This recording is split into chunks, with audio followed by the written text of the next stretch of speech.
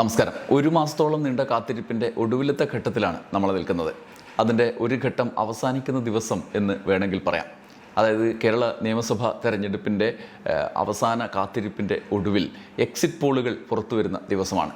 Exit പോളുകൾക്ക് മുമ്പ് നേരത്തെ തന്നെ പ്രീ പോൾ സർവേകൾ നമ്മുടെ മുമ്പിലേക്ക് നിരവധി പ്രീ പോൾ സർവേകൾ വന്നിരുന്നു. പ്രീ പോൾ സർവേകളിൽ കൂടുതലും ഒരുമിച്ചുള്ള, അതായത് ഇരു കൂട്ടർക്കും സാധ്യതകൾ കൽപ്പിക്കുന്നുണ്ടെങ്കിലും UDFന് മേൽക്കൈ പ്രവചിച്ചിരുന്നു പ്രീ പോൾ സർവേകളിൽ.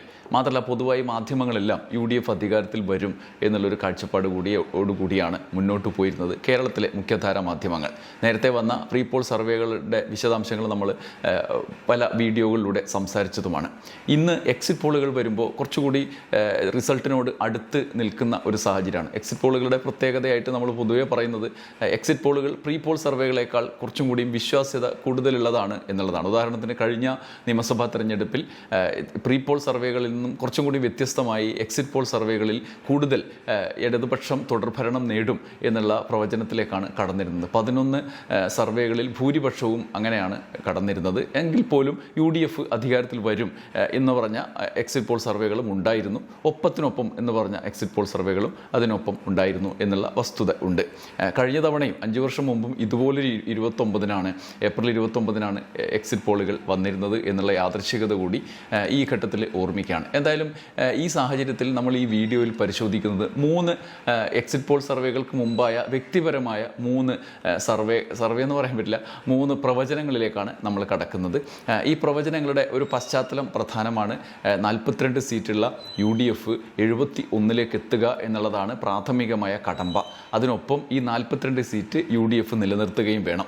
LDF ഇവിടെ നിന്ന് അവരുടെ നിലവിലെ 99 സ്റ്റാർട്ടിങ്ങിൽ, ഇപ്പോൾ 98, PV അൻവർ അവിടെ പോയതോടുകൂടി 98. ഈ 98-ൽ നിന്ന് താഴോട്ടിറങ്ങി വരിക എന്നുള്ളത് അത് ഉറപ്പായും സംഭവിക്കുമെന്ന് വിചാരിക്കുന്ന ഒരാൾ കൂടിയാണ് ഞാൻ. ഈ താഴോട്ടിറങ്ങി വരുന്നത് എവിടം വരെ പോകും എന്നുള്ളതാണ് നമ്മുടെ മുമ്പിൽ സംശയമായി, അല്ലെങ്കിൽ ഒരു വസ്തുതകളുടെ അടിസ്ഥാനത്തിൽ പരിശോധിക്കുമ്പോഴുള്ള ഒരു ആശങ്കയായി നിൽക്കുന്നത്. അത് ഭൂരിപക്ഷത്തിൽ താഴേക്ക് പോകാനുള്ള സാധ്യത എത്രത്തോളം ഉണ്ട് എന്നുള്ള വിശകലനങ്ങളുടെ തുടർച്ചയായിട്ടാണ് നമ്മൾ ഈ എക്സിറ്റ് പോളുകൾക്ക് മുന്നോടിയായിട്ടുള്ള പ്രവചനങ്ങളിലേക്ക് കടക്കുന്നത്. 3 പ്രവചനങ്ങളിലേക്കാണ് നമ്മൾ കടക്കുന്നതെന്ന് പറഞ്ഞല്ലോ. അതിൽ 2 ആദ്യത്തേത് നമുക്ക് ഒരു ഇടതുപക്ഷ പ്രൊഫൈലിൻ്റെ പ്രതീക്ഷ ഇതുവരെ ഉള്ളതിൽ നിന്ന് വ്യത്യസ്തമായൊരു പ്രവചനത്തിലേക്കാണ് കടക്കുന്നത്.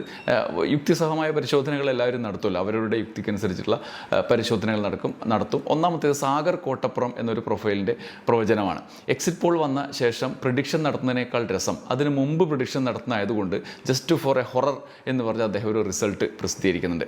LDF തുടർഭരണം നേടാൻ സാധ്യത കുറവാണ് എന്നാണ് അദ്ദേഹം പറയുന്നത്. സീറ്റുകൾ LDF 55, 65, പല സിറ്റിംഗ് സീറ്റുകളും ചെറിയ മാർജിനുകളിൽ ആണ് നഷ്ടപ്പെടുന്നതെങ്കിൽ ഭരണം വലിയ കുഴപ്പമില്ല. പക്ഷെ ചുമ്മാ ഒരു ചേഞ്ച് നല്ലതായെന്ന് ചിന്തിച്ച ആളുകളെ വേണ്ട രീതിയിൽ അഡ്രസ്സ് ചെയ്തില്ല എന്നതായിരിക്കും ഇതിൻ്റെ കുഴപ്പം. തുടർഭരണം ഇടതുപക്ഷത്തെ മോശക്കാരാക്കും എന്ന തരവഴിത്തരം പറയാനായി റിട്ടയർഡ് MA മലയാളം കള്ളപ്പന്നികൾക്ക് സ്കോച്ച് വാങ്ങിക്കൊടുത്ത് UDF ഇറക്കിയത് ഈ സെഗ്മെൻറ്റിൻ്റെ ടാർഗറ്റ് ചെയ്തതാണ് എന്ന് അദ്ദേഹം വിശകലനം ചെയ്യുന്നുണ്ട്. ഈ പ്രഡിക്ഷൻ തെറ്റി LDF ജയിച്ചാലോ സന്തോഷമേ ഉള്ളൂ. അഥവാ LDF ജയിക്കുകയാണെങ്കിൽ അത് പ്രധാനമായും സ്ത്രീകൾ LDFനെ രക്ഷിച്ചതുകൊണ്ടാവും. ഒരു രസത്തിന് വേണ്ടി ഒരു ചേഞ്ച് ഇപ്പോൾ വേണ്ട എന്ന് അവർ തീരുമാനിച്ചതുകൊണ്ടാകും എന്നാണ് അദ്ദേഹം പറയുന്നത്. 55-65 സീറ്റിന് LDF പ്രതിപക്ഷത്തേക്ക് മാറും എന്നാണ് അദ്ദേഹം പറയുന്നത്. അതായത് 75 സീറ്റോളം നേടി UDF അധികാരത്തിൽ വന്നേക്കാം എന്നാണ് അദ്ദേഹം പറയുന്നത്. ഇതിനോട് ചേർത്ത് വായിക്കേണ്ട മറ്റൊരു വിശകലനാത്മകമായ മറ്റൊരു പ്രവചനം ദീപക് പച്ച ആണ് നടത്തുന്നത്. ദീപകിൻ്റെ പ്രവചനത്തിൽ അടിസ്ഥാനമായി അദ്ദേഹം എടുക്കുന്നത് പഞ്ചായത്ത് തിരഞ്ഞെടുപ്പ് ഫലമാണ്. പഞ്ചായത്ത് തിരഞ്ഞെടുപ്പ് ഫലത്തിൽ മനോരമ പ്രസിദ്ധീകരിച്ച ഓരോ നിയമസഭാ മണ്ഡലാടിസ്ഥാനത്തിലുള്ള വോട്ട് നിലയിൽ നേടിയ സീറ്റുകളുടെ അടിസ്ഥാനത്തിൽ അദ്ദേഹം ഈ നിയമസഭാ തെരഞ്ഞെടുപ്പിൽ എങ്ങനെ മുന്നോട്ട് പോകും എന്ന് വിലയിരുത്തുകയാണ്. അദ്ദേഹം പറയുന്നത് ഇങ്ങനെയാണ്: നാളെ എക്സിറ്റ് പോളും ഫലം വരികയാണ്. വോട്ടിംഗ് കഴിഞ്ഞ തെരഞ്ഞെടുപ്പിൽ ജനം വോട്ട് ചെയ്തതിനെക്കുറിച്ച് ഈ അവസരത്തിൽ എന്തെങ്കിലും പ്രവചനം നടത്തുന്നത് രാഷ്ട്രീയ മൂല്യമുള്ള കാര്യമല്ല. പിന്നെ ഒരു കൗതുകത്തിൻ്റെ പുറത്തൊരു പ്രവചനം പറയാം. കണക്കിനാധാരമായ ആലോചനകൾ ആദ്യം. 1. ഇടതുപക്ഷം അപ്രതീക്ഷിത തിരിച്ചടി നേരിട്ട പഞ്ചായത്ത് തെരഞ്ഞെടുപ്പിന് ശേഷം 2025 ഡിസംബർ 15 പ്രസിദ്ധീകരിച്ച മനോരമ പത്രത്തിൻ്റെ കണക്ക് പ്രകാരം ഇടതുപക്ഷത്തിന് 58 നിയമസഭാ സീറ്റുകളുണ്ട്. ഇത് 63 വരെ പോകാം എന്നൊരു വേറെ കണക്കുണ്ട്. 58-ൻ്റെ കണക്കാണ് ഇവിടെ എടുക്കുന്നത്. രണ്ടാമത്തേത് 2011, 16, 21 നിയമസഭാ തെരഞ്ഞെടുപ്പിലെ വോട്ടിംഗ് ശതമാനം നോക്കിയാൽ അതിനെല്ലാം ഒരു വർഷം മുമ്പേ നടന്ന പഞ്ചായത്ത് തെരഞ്ഞെടുപ്പിനേക്കാൾ ഏതാണ്ട് 5% വോട്ട് ഇടതുപക്ഷത്തിന് ഓരോ തവണയും കൂടുതൽ കിട്ടിയിട്ടുണ്ട്. അതായത് പഞ്ചായത്തിനെ കഴിഞ്ഞതിനേക്കാൾ പെർഫോമൻസ് മെച്ചപ്പെടുത്തുക എന്നത് ഇടതുപക്ഷം എപ്പോഴും നിയമസഭാ തെരഞ്ഞെടുപ്പിൽ ചെയ്തുകൊണ്ടിരിക്കുന്നതാണ്. മൂന്നാമത്തേത്, ഇടതുപക്ഷത്തിൻ്റെ ചില രാഷ്ട്രീയത്തിന് അതീതമായി സ്വാധീനമുള്ള MLA-മാർക്ക് സ്വാധീനമുള്ള ചില മണ്ഡലങ്ങളുണ്ട്. അത്തരക്കാരെ തോൽപ്പിക്കുക പ്രയാസമാണ്. നാലാമത്തേത്, ഇത് മൂന്നും പരിഗണിക്കുമ്പോൾ മനോരമ പഞ്ചായത്ത് ഇലക്ഷൻ പ്രകാരം തന്ന 58 സീറ്റിൽ 2 എണ്ണം ഒഴികെ മുഴുവനും ഇടതുപക്ഷത്തിന് കിട്ടും. നഷ്ടമാകാൻ സാധ്യതയുള്ള 2 സീറ്റുകൾ തിരുവനന്തപുരവും കോവളവുമാണ്. തിരുവനന്തപുരത്ത് വിൻസെൻ്റാണ്, കോവളത്ത് നിലവിൽ ആന്റണി രാജു മത്സരിക്കുന്നില്ല. നടൻ നമ്മുടെ CP ജോൺ UDF-ൻ്റെ സ്ഥാനാർത്ഥി, LDF-ൻ്റേത് സുധി കരമനയുമാണ് മത്സരിക്കുന്നത്. അതുകൊണ്ട് തിരുവനന്തപുരം LDF ഒന്ന് കളഞ്ഞ സീറ്റ് കൂടിയാണ്. വളരെ വൈകി സ്ഥാനാർത്ഥിയെ പ്രഖ്യാപിച്ച് പ്രചരണത്തിന് പോലും നിലവിലെ സ്ഥാനാർത്ഥിക്ക് തന്നെ നേരത്തെ പ്രഖ്യാപനം നടത്തി പ്രചരണത്തിന് ഇറങ്ങിയിരുന്നെങ്കിൽ പോലും ഇത്ര അവസ്ഥയുണ്ടാവില്ല. പിന്നെ എല്ലാവരും അത്തരത്തിൽ രാഷ്ട്രീയമായി അങ്ങനെ പരിമിതികളുള്ള ആളുകളാണ് എന്നുള്ളതുകൊണ്ട് ഒരു സാധ്യത വേണമെങ്കിൽ കൽപ്പിക്കാം എന്നല്ലാതെ CP ജോണിനെ പോലെ പരിചിതമായൊരു മുഖം കൂടിയാണ് തിരുവനന്തപുരത്തുള്ളത്. എന്താവും നമുക്ക് കാണാം. കോവളം വിൻസെൻ്റാണ്. പഞ്ചായത്ത് തെരഞ്ഞെടുപ്പിൽ LDF-നൊപ്പം ആയിരുന്നെങ്കിലും വിൻസെൻറ്റിൻ്റെ സ്ഥാനാർത്ഥിത്വത്തിൻ്റെ പ്രത്യേകത കൂടി കണക്കിലെടുത്ത് ദീപക് പച്ചാദ് UDF-നാണ് കൊടുക്കുന്നത്. അങ്ങനെ 58-ൽ 2 എണ്ണം കുറച്ചിട്ടാണ് അദ്ദേഹം കാണുന്നത്. അതേസമയം പഞ്ചായത്ത് ഇലക്ഷൻ പ്രകാരം കിട്ടാത്ത 22 മണ്ഡലങ്ങൾ ഇടതുപക്ഷത്തിന് അധികമായി കിട്ടും എന്നും അദ്ദേഹം പറയുന്നു. അധികമായി കിട്ടുന്ന മണ്ഡലങ്ങൾ ഏതൊക്കെയാണ് എന്ന് അദ്ദേഹം വിശദീകരിക്കുന്നുണ്ട്. അതായത് പഞ്ചായത്ത് തിരഞ്ഞെടുപ്പിൽ UDF-ന് ഭൂരിപക്ഷമുണ്ട് എന്ന് മനോരമയിൽ 58 സീറ്റിൽ പറഞ്ഞ മണ്ഡലങ്ങളിൽ ഇത്തവണ LDF-ലേക്ക് പഞ്ചായത്ത് തിരഞ്ഞെടുപ്പിൽ നിന്ന് വ്യത്യസ്തമായി വരാൻ സാധ്യതയുള്ള മണ്ഡലങ്ങൾ അത് ഏതൊക്കെയാണെന്ന് നോക്കാം. 1 ഉദുമ, 2 തളിപ്പറമ്പ്, 3 അഴീക്കോട്, 4 മാനന്തവാടി, 5 കുറ്റ്യാടി, 6 പേരാമ്പ്ര, 7 ബാലുശ്ശേരി, 8 തിരുവമ്പാടി, 9 പൊന്നാനി, 10 പട്ടാമ്പി, 11 കളമശ്ശേരി, 12 വൈപ്പിൻ, 13 കൊച്ചി, 14 കടുത്തുരുത്തി, 15 ഏറ്റുമാനൂർ, 16 അരൂർ, 17 കോന്നി, 18 അടൂർ, 19 കുന്നത്തൂർ, 20 പത്തനാപുരം, 21 ചിറയൻകീഴ്, 22 വട്ടിയൂർക്കാവ്. അങ്ങനെ വരുമ്പോൾ 58-ൽ നിന്ന് 2 കുറച്ച് പ്ലസ് 22 78 സീറ്റ് അങ്ങനെ കിട്ടും എന്നാണ് ദീപക് പച്ച പറയുന്നത്. ഇടതുപക്ഷം അധികാരത്തിൽ വരുമെന്ന് ഉറച്ചു വിശ്വസിക്കുന്നു. അഥവാ ഇനി മറിച്ചാണ് ജനവിധിയെങ്കിൽ വനവാസത്തിനൊന്നും പോകാൻ ഉദ്ദേശിക്കുന്നില്ല. ആവേശം ചോരാതെ ഇടതുപക്ഷത്തിനൊപ്പം കൂടുതൽ നിൽക്കും എന്നാണ് ഇടതുപക്ഷ സമീപനം പുലർത്തുന്ന ദീപക് പച്ച തൻ്റെ പ്രവചനം നടത്തുന്നത്. ഈ അർത്ഥത്തിൽ ഒരു പ്രവചനത്തിൻ്റെ വിശകലനം അദ്ദേഹം നടത്തുന്നു എന്നുള്ളതാണ് ഇതിൻ്റെ പ്രത്യേകത. ഇതിനൊപ്പം മൂന്നാമതായി നമുക്ക് നിങ്ങളൊക്കെ കേട്ടിട്ടുള്ളതായിരിക്കും, പരിശോധിച്ചിട്ടുള്ളതായിരിക്കും NS മാധവൻ്റെ പ്രവചനമാണ്. ഒരു പൊതു മധ്യത്തിൽ നിന്നുള്ള പ്രവചനം. നേരത്തെ 2 നമ്മൾ ഇടതുപക്ഷ അനുകൂല നിലപാടുള്ളവർ, ഒരാൾ UDF വരുമെന്നും ഒരാൾ LDF വരുമെന്നും പറയുന്നു. മൂന്നാമത്തേത് NS മാധവൻ്റെ പ്രവചനം. അതിൻ്റെ വിശദാംശത്തിലേക്ക് കടക്കുന്നില്ല. അദ്ദേഹം ജില്ലകൾ തിരിച്ച് തന്നെ കഴിഞ്ഞ ദിവസം പ്രവചിച്ചതാണ്. നിങ്ങൾ ഓരോരുത്തരും അത് മനസ്സിലാക്കിയിട്ടുള്ളതായിരിക്കും. 75 സീറ്റ് LDF-ന് കിട്ടും, 65 സീറ്റ് UDF-ന് കിട്ടും എന്നാണ് അദ്ദേഹം പറഞ്ഞത്. LDF തുടർ ഭരണം നേടും എന്ന് അദ്ദേഹം ഓരോ ജില്ല തിരിച്ചുള്ള പ്രവചനത്തിൽ അദ്ദേഹം വിശദീകരിക്കുന്നുണ്ട്. NS മാധവൻ കഴിഞ്ഞ തവണയും പ്രവചിച്ചത് കറക്റ്റായിരുന്നു. LDF-ന് തുടർ ഭരണം കിട്ടി. അദ്ദേഹത്തിൻ്റെ പ്രവചനത്തെക്കാൾ സീറ്റ് നേടിക്കൊണ്ട് LDF 99 സീറ്റുമായി 2ാം പിണറായി സർക്കാർ വരികയാണ് ചെയ്തത്. ഇത്തവണയും ഇതുവരെ വന്ന പ്രവചനങ്ങളിൽ കുറെ കൂടി യുക്തിസഹമായി NS മാധവൻ്റെ പ്രവചനം നമ്മുടെ മുമ്പിൽ നിൽക്കുകയാണ് എന്നുള്ളതാണ് ഒരു വസ്തുത.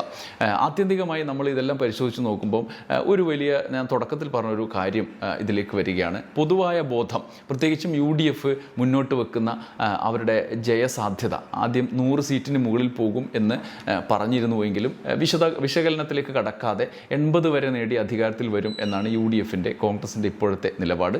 100-ന് മുകളിലേക്ക് പോയാൽ അത് വലിയ തരംഗമായി നിൽക്കും എന്നാണ് അദ്ദേഹം പറയുന്നത്. നേരത്തെ ഇത് സംബന്ധിച്ച വിശകലനങ്ങളിലൊക്കെ നമ്മുടെ മുമ്പിലേക്ക് വന്നിരുന്നൊരു പ്രശ്നമാണ് 42 സീറ്റ് നിലനിർത്തുക, ഒപ്പം 98 സീറ്റിൽ നിന്ന് LDF-നെ 71-ന് താഴേക്ക് കൊണ്ടുവരിക. അതായത് 42 പ്ലസ് 71-ലേക്ക് എത്തുന്ന വിധത്തിലേക്ക് 29 സീറ്റ് കൂടുതൽ നേടുക. ഭൂരിപക്ഷം 140 സീറ്റാണല്ലോ, അതിൽ 71 സീറ്റാണ് ഭൂരിപക്ഷത്തിന് വേണ്ടത്. 71 സീറ്റ് നേടുന്ന വിധത്തിലേക്ക് UDF ഉയരണം. ഇത് ഉയരുക എന്ന് പറഞ്ഞാൽ ഈ 29 സീറ്റ് കൂടുതൽ പിടിക്കുക എന്നുള്ളതിനൊപ്പം ഈ 42 നിലനിർത്തുകയും വേണം. ഈ 42-ൽ തന്നെ 4-5 സീറ്റിൽ വലിയ പ്രതിസന്ധിയുള്ള സീറ്റുകളുണ്ട്. LDF-നെ സംബന്ധിച്ച് വലിയ തോതിൽ കുറവുണ്ടായാലും 71-ൽ താഴെ പോവുക എന്നുള്ളതാണ് അവരെ സംബന്ധിച്ച്, പോകില്ല എന്നുള്ളതാണ് അവരുടെ ആത്മവിശ്വാസം.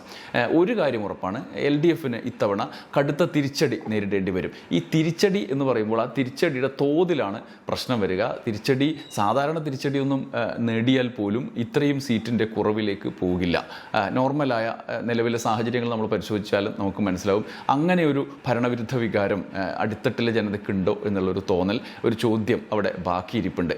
പൊതുവായി ഓരോ മേഖലയും അടിസ്ഥാന പ്രശ്നങ്ങൾ, ഭൗതിക സാഹചര്യങ്ങൾ ഒക്കെ വരുമ്പോഴും ഇത്തരത്തിലുള്ള പ്രശ്നങ്ങൾ എങ്ങനെ ജനങ്ങൾക്കെതിരായി ബാധിച്ചിട്ടുണ്ടോ എന്നുള്ള ചോദ്യം അവിടെ ബാക്കി കിടക്കുകയാണ്. ഇപ്പോൾ ഏറ്റവും ഒടുവിൽ ഇപ്പോൾ വരുന്ന ഈ നമ്മുടെ വൈദ്യുതി പ്രതിസന്ധിയുടെ കാര്യം തന്നെ നോക്കുകയാണെങ്കിൽ ഒരു പൊടിക്കാണ് LDF രക്ഷപ്പെട്ടതെന്ന് വേണമെങ്കിൽ പറയാം. ഇതുപോലത്തെ വൈദ്യുതി പ്രതിസന്ധി ഇലക്ഷന് മുന്നേ ആയിരുന്നെങ്കിൽ അത് വലിയ തോതിൽ ഓരോ വ്യക്തിയെയും ബാധിക്കുന്ന ഒരു പ്രതിസന്ധിയാണ്. അതിനി പശ്ചിമേഷ്യൻ യുദ്ധത്തിൻ്റെ തുടർച്ചയായിട്ടുള്ള മറ്റ് പ്രശ്നങ്ങളിൽ ഒക്കെ ഇതിൻ്റെ അടിസ്ഥാന കാര്യമായി നിലനിൽക്കുന്നുണ്ടെങ്കിലും കേരളത്തിലൊരു മാധ്യമ സാഹചര്യം, സാമൂഹ്യ ചർച്ചയുടെ സ്വഭാവം ഒക്കെ വെച്ച് നോക്കിയാൽ അത് നേരിട്ട് ഇവിടുത്തെ സർക്കാരിനെതിരായിട്ട് ബാധിക്കുമെന്നുറപ്പാണ്. അതിൻ്റെ മെറിറ്റും ഡീമെറിറ്റും ഒക്കെ വേറെയാണ്. ആരാണ് അതിൻ്റെ ഉത്തരവാദി എന്നതൊക്കെ അടുത്ത ഘട്ടത്തിലേക്ക് വരികയാണ്.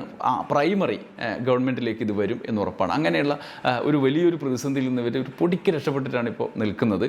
ഈ സാഹചര്യം പോലും ഇതിനോട് താരതമ്യം ചെയ്യാൻ പോകുന്ന സാഹചര്യം പോലും ഈ 5 വർഷക്കാലം ഉണ്ടായിട്ടില്ല എന്നുള്ള വസ്തുതയാണ്. ഇടക്കാലത്ത് ചില സാമ്പത്തിക പ്രതിസന്ധി ഉണ്ടായ എന്നുള്ളത് ഒഴിച്ചാൽ അതിനെ മറികടക്കാൻ അവർക്ക് വളരെ വിദഗ്ധമായി സാധിച്ചു എന്നുള്ളതും ഒരു വസ്തുതയാണ്. ഒരുപക്ഷെ ലോക്സഭയിലും പഞ്ചായത്ത് തിരഞ്ഞെടുപ്പിലും ഉണ്ടായ തിരിച്ചടി അതേ തോതിൽ ഇത്തവണ നടക്കാനുള്ള ഒരു സാധ്യത നിലവിലില്ല. അതുകൊണ്ട് തന്നെ ആ തിരിച്ചടി ഏത് മട്ടിലേക്ക് പോകും എന്നുള്ളത് ഒരു ചോദ്യമാണ്. അതിനെ മറികടക്കുക എന്നുള്ളതാണ് UDFനെ സംബന്ധിച്ച് പ്രധാനം. UDF അധികാരത്തിൽ വരിക എന്നുള്ളത് വലിയൊരു പ്രശ്നമായി നിൽക്കുന്നത്, അങ്ങനെയുള്ള പ്രവചനക്കാർക്ക് ഒരു തടസ്സമായി നിൽക്കുന്നതിനുള്ള ഒരു കാരണം അതാണ്. UDF അധികാരത്തിൽ 75 സീറ്റ് നേടി അധികാരത്തിൽ വരണമെങ്കിൽ പോലും കടുത്ത സർക്കാർ വിരുദ്ധ വികാരം ഉണ്ടാകണം. ഒന്ന്, ഇനി UDFൻ്റെ ഒരു അനുകൂല തരംഗം തന്നെ ഉണ്ടാകണം എന്ന് പറയാം.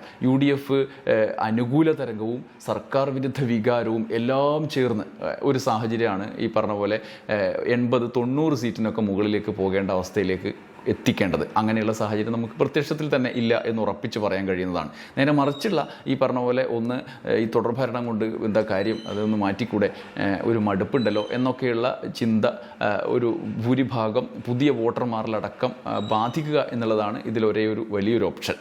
മറ്റൊന്ന്, ഈ ഒറ്റപ്പെട്ട സംഭവങ്ങളുടെ തുടർച്ചയായിട്ടുണ്ടാകുന്ന വലിയ മാധ്യമ ശ്രദ്ധയുടെ ഫലമായി വരുന്ന എതിർവികാരം കൂടി ഉണ്ട് എന്നുള്ളത് യാഥാർത്ഥ്യമാണ്. എന്തൊക്കെ തെറി വിളിച്ചാലും ഇതൊക്കെ വസ്തുത എന്നുള്ള നിലയിൽ നമുക്ക് തള്ളിക്കളയാൻ കഴിയുന്നതല്ല എന്നുള്ളതാണ്. ഈ കാലത്ത് ഇങ്ങനെ ഒരു പരിശോധനയിലേക്കാണ് നമുക്ക് എത്താൻ കഴിയുക. അതുകൊണ്ട് തന്നെ ഈ തെരഞ്ഞെടുപ്പ് ഇന്ന് വൈകുന്നേരം എക്സിറ്റ് പോളുകൾ വരുമ്പോൾ ഉണ്ടാകുന്ന ഒരു ആകാംക്ഷ പങ്കുവെക്കാമെന്ന് വിചാരിച്ച് വന്നത് കൂടിയാണ്. എക്സിറ്റ് പോളിൻ്റെ കാര്യം നമ്മൾ പറഞ്ഞ പോലെ ഒരു പോളും ഒറിജിനൽ പോളിൻ്റെ ഒരു അടുത്തേക്ക് പോലും എത്തുന്നതല്ല എന്നുള്ള വസ്തുത നമ്മൾ മനസ്സിലാക്കണം. ആകാംക്ഷകൾ പൂരിപ്പിക്കാനുള്ള കാലത്തെ പല വഴികളിലൊന്നും മാത്രമാണ് എക്സിറ്റ് പോൾ. അതുകൊണ്ട് തന്നെ എക്സിറ്റ് പോളും പൂർണ്ണമായും തെറ്റിയ സാഹചര്യങ്ങൾ നമ്മുടെ മുമ്പിൽ ദേശീയ തലത്തിൽ തന്നെ ഉണ്ട് എന്നുള്ള വസ്തുത കൂടി വെച്ചുകൊണ്ട് വേണം നമുക്ക് കാണാൻ. എങ്കിൽ പോലും നമ്മുടെ ആകാംക്ഷയെ പൂരിപ്പിക്കാനുള്ള ഒരു ഘട്ടം എന്നുള്ള നിലയിലാണ് എക്സിറ്റ് പോളുകളെ കാണാൻ നമ്മൾ പ്രേരിപ്പിക്കപ്പെടുന്നത് എന്നുള്ളത് മനസ്സിലാക്കും എന്നുള്ളതാണ്. എന്തായാലും നമുക്ക് 4 വരെ കാത്തിരുന്നേ പറ്റൂ. തൽക്കാലം കുറച്ചൊരു സമാധാനത്തിന് ഇന്ന് വൈകുന്നേരം വരെ കാത്തിരിക്കുക എന്നുള്ളതാണ്. എങ്കിലും ആത്യന്തികമായി 4-ാം തീയതി വരെയുള്ള കാത്തിരിപ്പിൻ്റെ തുടർച്ച ഇന്നും അനുഭവിക്കാം എന്നുള്ള കാര്യമാണ്. നമുക്ക് കാത്തിരുന്നേ പറ്റൂ. നന്ദി, നമസ്കാരം.